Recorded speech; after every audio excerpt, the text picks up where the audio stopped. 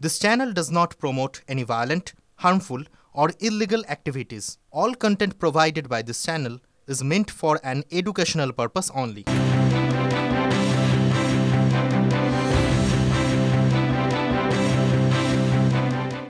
এবার একটু জগন্নাথ সরকারের মন্তব্যের দিকে নজর রাখতে হচ্ছে। মনে থাকবে আপনাদের তার সেই মন্তব্য কাঁটা তার নিয়ে, যেখানে তিনি বলেছিলেন যে বিজেপি ক্ষমতায় আসলে ভারত বাংলাদেশ সীমান্তে কোনো কাঁটা তার থাকবে না। এবার তার নিজের মন্তব্যের ব্যাখ্যা দিতে হলো। কি ব্যাখ্যা দিল জানেন? তিনি ব্যাখ্যা দিয়ে বলছেন যে বিজেপি ক্ষমতায় আসার পর সোনার বাংলা তৈরি হবে এবং মুসলিমদের প্রকৃত শিক্ষা দেওয়া হবে। দেশপ্রেমিক মুসলিমরা বিজেপির সঙ্গে হাতে হাত দিয়ে কাজ করবে। বাংলার উন্নয়ন দেখে বাংলাদেশ আবার ভারতের সঙ্গে আসবে। কাঁটা তার উঠে যাবে নতুন তত্ত্ব রানাঘাটের বিজেপি সাংসদ। আজকে আমরা যদি বাংলায় আসি, বিজ্ঞাপন দিতে হবে না এগিয়ে বাংলা, বাংলা সোনার বাংলা পরিণত করব। আর পিছিয়ে পড়েছে বাংলাদেশ, তারা আর্থিকভাবে পিছিয়ে, তারা ধর্মান্ধতা গ্রাস করেছে।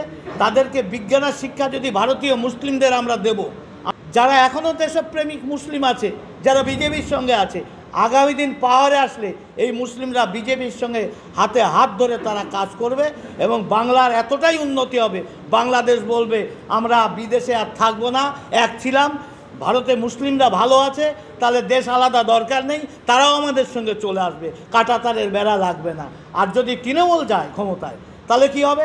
এদের উদ্দেশ্য হচ্ছে বাংলাদেশের নাড়া লাগানো, জঙ্গি পোষা, দেশ বিরোধীদের ভোটার বানানো, রোহিঙ্গাদের ভোটার বানানো, পাকিস্তান, আফগানিস্তান, বাংলাদেশ থেকে মুসলিমদের নাগরিকত্ব দেওয়া, অথচ তারা আমাদের দেশ ভাগ করে আলাদা করে নিয়েছে। আমরা কথা দিচ্ছি যে এবার যদি আমরা জিতি, মাঝে বাংলাদেশের সঙ্গে কাঁটাতারের বেড়া আমরা রাখবো না। এক ছিল, আগামী দিন এক হয়ে যাবে। ঠিক তেমনি আর একটা কথা দিচ্ছি, যদি তৃণমূল যেতে, সেক্ষেত্রেও বেড়া থাকবে না, কিন্তু সেটা বাংলাদেশ হয়ে যাবে। বক্তব্যের ব্যাখ্যা দিলেন। এর আগে যে বক্তব্য তিনি রেখেছিলেন, অর্থাৎ বিজেপি ক্ষমতায় আসলে ভারত বাংলাদেশ সীমান্তে কাঁটাতার উঠে যাবে, তা সেই বক্তব্যের ব্যাখ্যা দিয়ে বললেন যে তিনি বলতে চেয়েছেন বিজেপি ক্ষমতায় এলে সোনার বাংলা তৈরি হবে এবং মুসলিমদের প্রকৃত শিক্ষা দেবে বিজেপি। যারা দেশপ্রেমিক রয়েছে, যে সমস্ত মুসলিমরা, তারা বিজেপির সঙ্গে হাতে হাত মিলিয়ে কাজ করবে। তৃণমূল মুখপাত্র তন্ময় ঘোষ কিভাবে দেখছেন জগন্নাথ সরকারের এই মন্তব্য, তার এই ব্যাখ্যাকে? তন্ময়বাবু, যেখানে জগন্নাথ সরকারের আপনার নিশ্চয় মনে থাকবে আগের মন্তব্য, এবার ব্যাখ্যা দিয়ে বলছেন যে সোনার বাংলা তৈরি হবে বিজেপি ক্ষমতায় আসলে এবং যারা দেশপ্রেমিক মুসলিম রয়েছেন তারা বিজেপির সঙ্গে হাতে হাত মিলিয়ে কাজ করবে। দেখুন, এই বিষয়ে শুভেন্দু অধিকারী যেমন মতামত চেঞ্জ করছেন প্রত্যেকদিন, এখন জগন্নাথ সরকারও একই মতামত চেঞ্জ করছেন। যত নির্বাচন এগিয়ে আসছে তত তাদের মত চেঞ্জ হচ্ছে, তাদের আসল রূপটা বেরিয়ে আসছে। তারা আগে বলেছিল মুসলিমদের চায় না, এখন বলছে রাষ্ট্রবাদী মুসলিমদের চায়। আবার যে সোনার বাংলার কথা বলছে, সেখানে কবিগুরুর আমার সোনার বাংলা গানটা নিয়ে তাদের কোনো আইডিয়াই নেই। তারা হচ্ছে দেশভাগের প্রেক্ষিত জানে না, তার আগে গানটা লেখা হয়েছে অবিভক্ত বাংলা, সেটাও জানে না। এদের কথা কোনো দাম নেই, যে কোনো মূল্যে ভোটারদেরকে বিভ্রান্ত করে। ধন্যবাদ আপনাকে। অর্থাৎ বুঝতেই পারছেন, এসআইআর নিয়ে রাত্রদিনই চর্চা চলছে গোটা রাজ্যে এবং শিক্ষামন্ত্রী ব্রাত্য বসু তিনি কিন্তু আবারও বিজেপিকে নিষেধ করছে। তার পরিষ্কার বক্তব্য যে অসমে যে ফর্মুলা হয়েছে সেটা কিন্তু বাংলায় কাজ করবে না। শিক্ষামন্ত্রী ব্রাত্য বসু কি বলেছেন আমি চালাতে বলবো এখানে পিসিআরকে। বিজেপি আগুন নিয়ে খেলা করতে চাইছে। বিজেপি খুব ভালো করে জানে আসামে যে ফর্মুলা প্রয়োগ করে তারা জিতেছে, বাংলায় তারা জিততে পারবে না যতদিন মাথার উপর মমতা ব্যানার্জি আছে। যে সাংস্কৃতিক সংগঠন আরএসএস এবং তাদের পলিটিক্যাল ফ্রন্ট বিজেপি,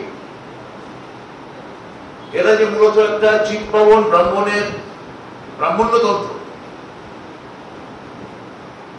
এবং এরা যে অনুসূচিত দলিতকে তাদের কল্পিত হিন্দু রাষ্ট্র থেকে বাদ রাখতে চায়, এসআইআর করে হোক, এনআরসি করে হয়, এটা তার মোক্ষম প্রমাণ।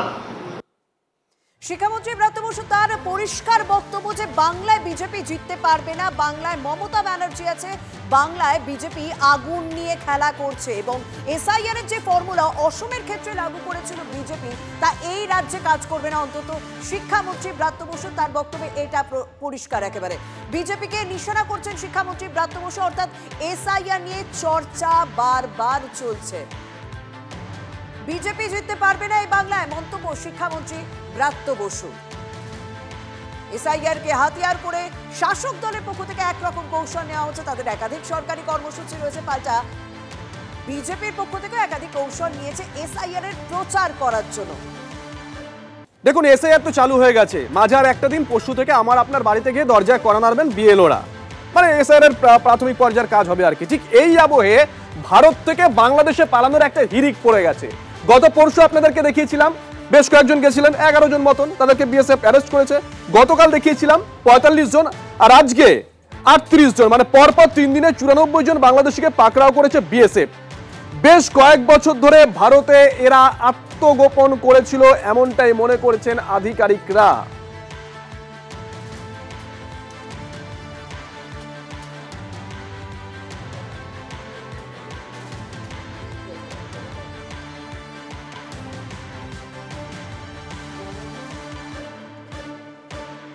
আর ঠিক এই আবহে গ্রেফতার করা হয়েছে বাংলাদেশিদের, অনুপ্রবেশকারীকে গ্রেফতার করা হয়েছে এবং ভারত সীমান্ত এবং ভারত নেপাল সীমান্ত থেকে পানি ট্যাঙ্কি থেকে গ্রেফতার করা হয়েছে।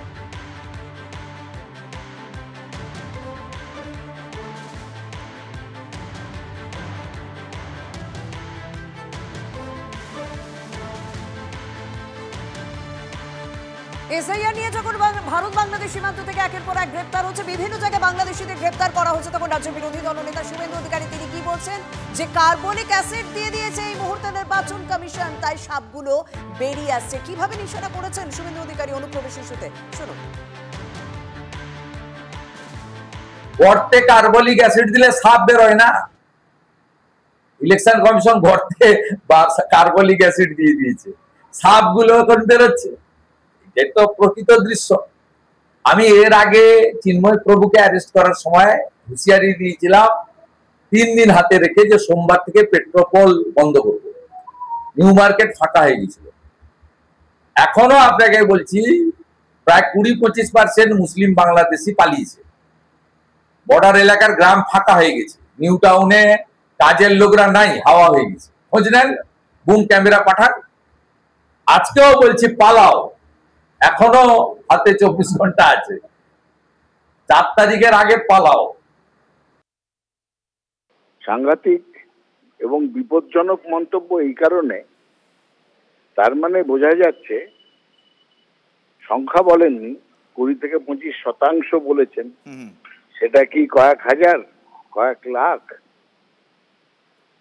আজকে এই প্রশ্নটা হচ্ছে, তার মানে আমাদের ইন্টারন্যাশনাল বর্ডার, আন্তর্জাতিক সীমানা যাদের পাহারা দেওয়ার দায়িত্ব অমিত শাহ দপ্তরের বর্ডার সিকিউরিটি ফোর্সের, বিজেপির অধীন যারা, তারা ঢোকার সময়ও বাধা দিচ্ছে না, বাইরে যাওয়ার সময়ও বাধা দিচ্ছে না, তারা কাঠপুতুলের মতন দাঁড়িয়ে আছে।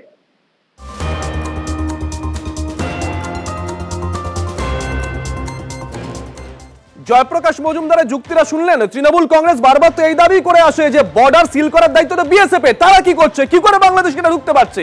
আর যারা বিজেপি, তৃণমূল কংগ্রেস বিরোধী, যেমন বিজেপি হতে পারে বা বাম হতে পারে বা কংগ্রেস হতে পারে, তারা বলছে এ রাজ্যের পুলিশটা কি করে যদি বাংলাদেশিরা এতদিন ধরে এখানে আত্মগোপন করে থাকে। আর ঠিক এই আবহে দক্ষিণ দিনাজপুর সীমান্তবর্তী জেলা, সেখানে বংশীহারিতে নাকি 2 জন বাংলাদেশি অনুপ্রবেশকারী এখনো আছে এবং পুলিশ নির্বিকার। বারবার অভিযোগ করা সত্ত্বেও পদক্ষেপ করছে না পুলিশ, এমন গুরুতর অভিযোগ করেছেন কেন্দ্রীয় মন্ত্রী সুকান্ত মজুমদার। আমরা সুকান্ত মজুমদারের প্রতিক্রিয়া নিয়েছিলাম টেলিফোনে, তিনি কি বলেছেন শুনুন। পরিষ্কার লোকাল অধিবাসীরা, কোনো রাজনৈতিক দলের তরফ থেকে নয়, অন্য কারো থেকে নয়, প্রতিবেশী তথ্য প্রমাণ দিয়ে, এবং সেক্ষেত্রে বাংলাদেশি যে আই কার্ড, সেই আই কার্ডের ছবি দিয়ে আমরা ওখানকার স্থানীয় মানুষ লাভলি বেগম তার সম্বন্ধে যে কমপ্লেন করেছে, সেই কমপ্লেনের পরেও পুলিশ, জেলা প্রশাসন কোনো রকম ব্যবস্থা নিচ্ছে না একজন বাংলাদেশের নাগরিককে ভারতবর্ষে রেখে দেওয়ার, পশ্চিমবঙ্গে রেখে দেওয়ার চেষ্টা করছে। এখন বোঝা যাচ্ছে যে তৃণমূল কংগ্রেস কেন এত চেঁচামেচি করছে এসআইআর শুরু হওয়াতে। এই একটা দুটো করে প্রমাণ আমাদের সামনে আসছে, কিন্তু আমার যেটা মনে হয় এটা হিমশৈলের চূড়া মাত্র। অনুপ্রবেশকারীরা ঢুকলো কি করে? যদি দক্ষিণ দিনাজপুরে ঢুকে থাকে তারা বর্ডারটা ক্রস করলো কি করে? বর্ডার সিকিউরিটি ফোর্সকে ঘুষ দিয়ে, অমিত শাহকে ঘুষ দিয়ে, না সুকান্ত মজুমদারকে ঘুষ দিয়ে? প্রথম কথা তো তাকে এটা বলতে হবে, অনুপ্রবেশকারী বাংলাদেশ সীমান্ত এড়িয়ে ক্রস করে 56 জনকে নিশ্চয়ই অ্যারেস্টের কথা নয়। তারা যারা আগে ঢুকে পড়েছিল তারা বেরিয়ে যাওয়ার চেষ্টা করছিল। প্রথম প্রশ্ন আপনারা করবেন এরা ঢুকলো কি করে? যারা 56 জনের কথা বলছেন তারা তো বেরিয়ে যাওয়ার চেষ্টা করছিল। এবার বেরিয়ে যাওয়াটা তো পরের ঘটনা, আগের ঘটনা তারা এপারে আসলো কি করে? তখন বর্ডার সিকিউরিটি ফোর্স কি ঘুমোচ্ছিল, নাকি তারা টাকা পয়সা নিয়ে তাদের ঢুকিয়েছিল? আসল প্রশ্নটা তো এখানেই। কেন্দ্রীয় শিক্ষা প্রতিমন্ত্রী সুকান্ত মজুমদারের একটা পোস্ট এবার আপনাদেরকে দেখাতে হচ্ছে। সুকান্ত মজুমদার যে পোস্টে দুজনের কথা বলেছেন, দুজন ব্যক্তির তাদের ছবিও সামনে এনেছেন এবং তারা অনুপ্রবেশকারী এবং তারা বাংলাদেশি। পুলিশ কেন তাদের বিরুদ্ধে কোনো রকম কোনো ব্যবস্থা নেয়নি এই প্রশ্ন তুলেছেন সুকান্ত মজুমদার। এবং আজ সকাল থেকে এই দম্পতির কোনো রকম কোনো খোঁজ পাওয়া যাচ্ছে না।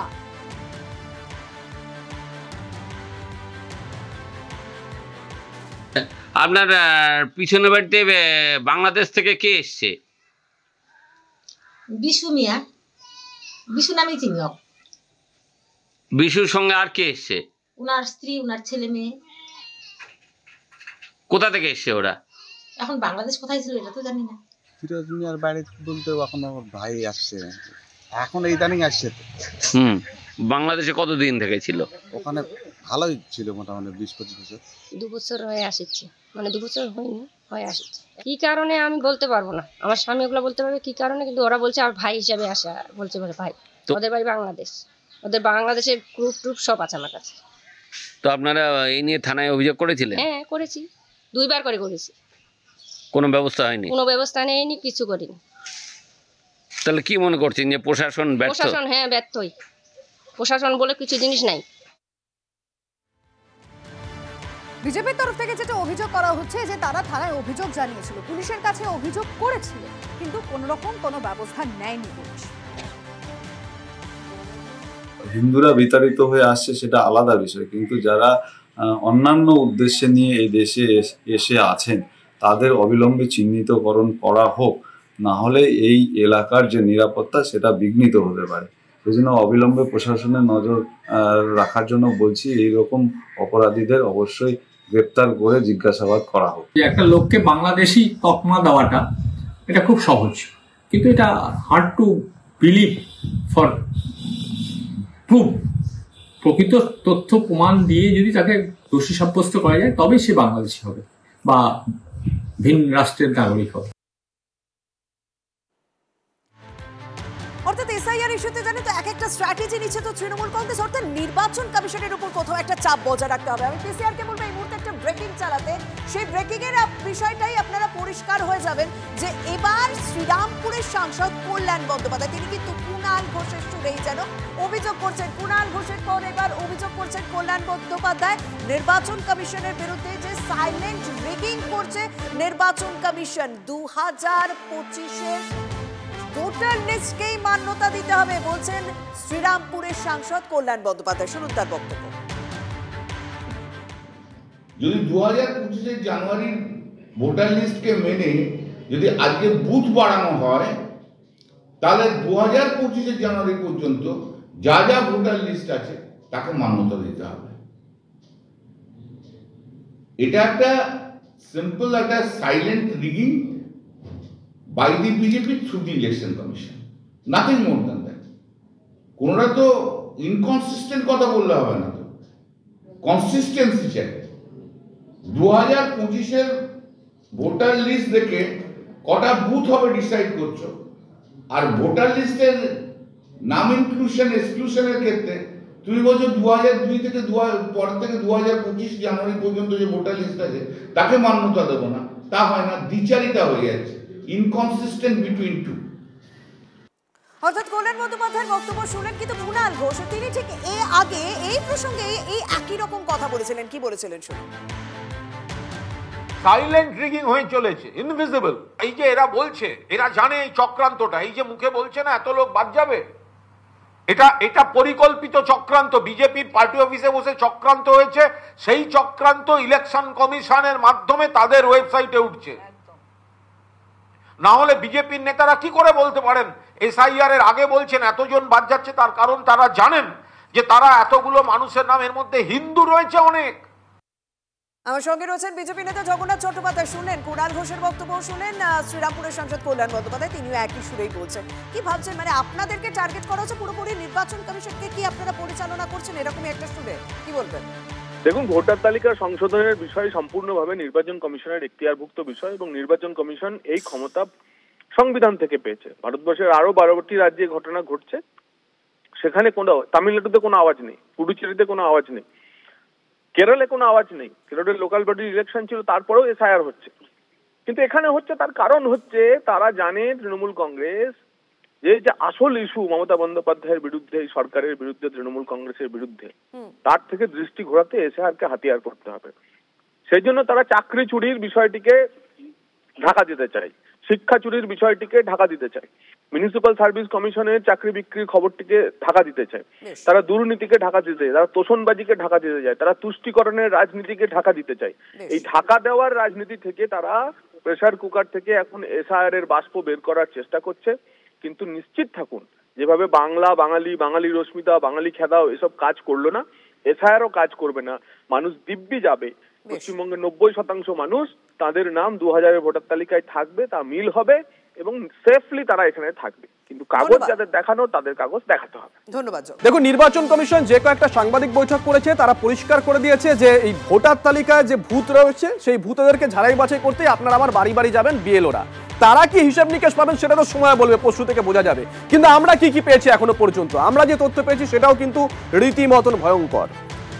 পানিহাটিতে একটি ওয়ার্ডেই ভুতুরে ভোটার 270 জন, 18 নম্বর ওয়ার্ডে 7টি বুথে ভুয়ো ভোটার রয়েছেন 210 জন, আর মৃত ভোটার রয়েছেন 60 জন। ভূতেরাই নাকি তৃণমূলের প্রাণ ভোমরা, এভাবেই খোঁচা দিয়েছে বিজেপি। আর তৃণমূল বলছে ভোটার লিস্টে এই বেনজল যে ঢুকেছে তার জন্য দায়ী নির্বাচন কমিশন। যারা ওই বুথে নেই, আর মৃত ভোটার, ভুয়ো ভোটার, ডাবল ভোটার শিফট করে অন্য জায়গায় চলে গেছে, তারা অন্য এলাকায় ভোট দিচ্ছে, তারপরেও ওদের ভোটার কার্ডগুলো এই এলাকায় রয়ে গেছে। কতজন ভোটার রয়েছে, কটা বুথ রয়েছে পানিহাটি? আমি আনুমানিক বলতে পারি যে সারা পানিহাটি জুড়ে কমপক্ষে 10,000 ভোটারের নাম তো বাদ যাবেই যাবে। আমার যদি আধার কার্ড, ভোটার কার্ড সেই জায়গায় না থাকে, তাহলে সেখানকার কাউন্সিলর আমাকে সার্টিফিকেট দেবে না, রেসিডেন্সিয়াল সার্টিফিকেট। সুতরাং আমি সেখানে গিয়ে আমি ভোট তুললাম, সেখানের ভোট আর এখানের ভোটটা আমি কাটলাম না। এটা তো ইলেকশন কমিশনার একটা টিপ মারলে যেখানে কাটা যায়, সেখানে ইলেকশন কমিশনার তাদের ভোটটা ওইখান থেকে কেটে দিয়ে এখানে তোলার ব্যবস্থা করলো না কেন? এসআইআর আবহে চর্চার কেন্দ্রে বিধানসভা, ভবানীপুর বিধানসভা। কেন জানেন? ইতিমধ্যে আপনারা শুনেছেন এই খবর, আমরা আপনাদেরকে জানিয়েছি যে বেশ কয়েকটি, মানে 91টি থানার মধ্যে কলকাতা পুলিশের বেশ কয়েকটি থানার পুনর্বিন্যাস হয়েছে। আর তারই মধ্যে শুধুমাত্র ভবানীপুর বিধানসভার 5টি থানা রয়েছে। আর এই নিয়ে প্রশ্ন উঠেছে, বিরোধীরা প্রশ্ন তুলেছে, কলকাতা পুলিশের 91টি থানার মধ্যে শুধুমাত্র ভবানীপুর বিধানসভা কেন্দ্রের 5 থানারই কেন পুনর্বিন্যাস? ওয়াটগঞ্জের একটি বড় অংশ আলিপুর থানার আওতায় আনা হয়েছে, নিউ মার্কেটের একটি অংশ পার্ক স্ট্রিট থানার আওতায় আনা হলো। 2টি এলাকায় সাউথ ডিভিশনের অধীনে চলে এলো, আগে যেগুলি ছিল যথাক্রমে পোর্ট ও সেন্ট্রাল ডিভিশনের অধীনে। এই ডিভিশনের আওতায় আনার পিছনে কি ভোটের অঙ্ক কাজ করছে, এই প্রশ্ন বিরোধীদের। একখানা ডিসিকে দাঁড় করিয়ে যাতে পুরো ভোটটা লুট করা যায় বা ভোটটা করানো যায়, এটা তার ব্যবস্থা।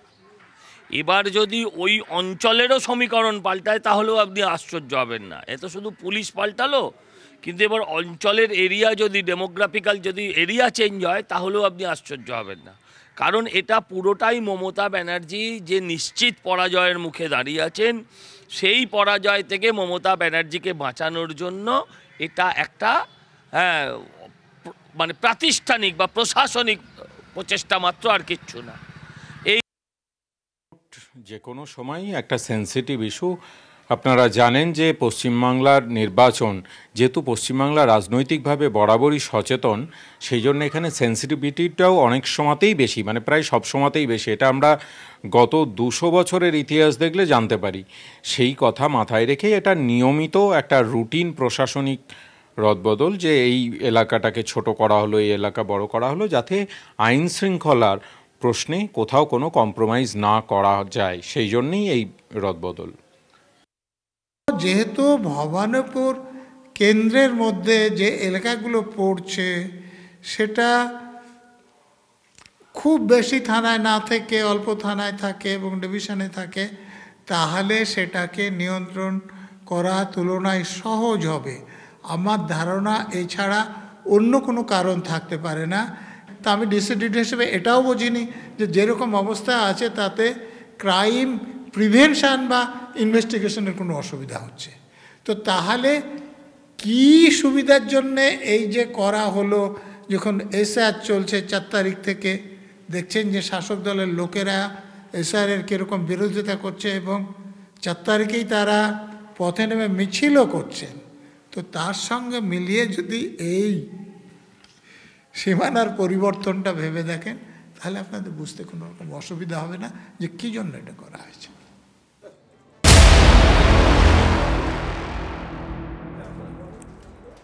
আর এবারে আমরা নজর রাখবো ঠাকুর বাড়ির দিকে, মতুয়াগড়ের দিকে। সেখানে আরও একটা শক্তি কিন্তু তৈরি হতে চলেছে, অর্থাৎ তৃতীয় শক্তির পথে এবারে মতুয়াগড়। মমতা বালা শান্তনুর পর এবারে সুব্রত ঠাকুর, সেখানে ঠাকুর বাড়িতে আরও এক সদস্য নেতৃত্ব দেবেন মতুয়া মহাসংঘের।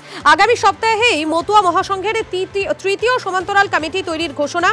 নতুন এই কমিটির নেতৃত্ব দেবেন কেন্দ্রীয় মন্ত্রী শান্তনু ঠাকুরের দাদা তথা গাইঘাটার বিজেপি বিধায়ক সুব্রত ঠাকুর। শনিবার নিজেই সে কথা ঘোষণা করেছেন তিনি। সুব্রত জানিয়েছেন আগামী মঙ্গলবার তিনি তৃতীয় মতুয়া মহাসংঘ ঘোষণা করবেন। গাইঘাটার বিজেপি বিধায়ক জানিয়েছেন একই নাম, একই রেজিস্ট্রেশন নাম্বার, শুধু নেতৃত্বটা থাকবে আলাদা। তবে ঠিক কী কারণে এই সিদ্ধান্ত নিলেন তিনি তা এখনই খোলাসা করে বলছেন না সুব্রত ঠাকুর। আগামী মঙ্গলবারই সব জানাবেন, জানিয়েছেন সুব্রত ঠাকুর।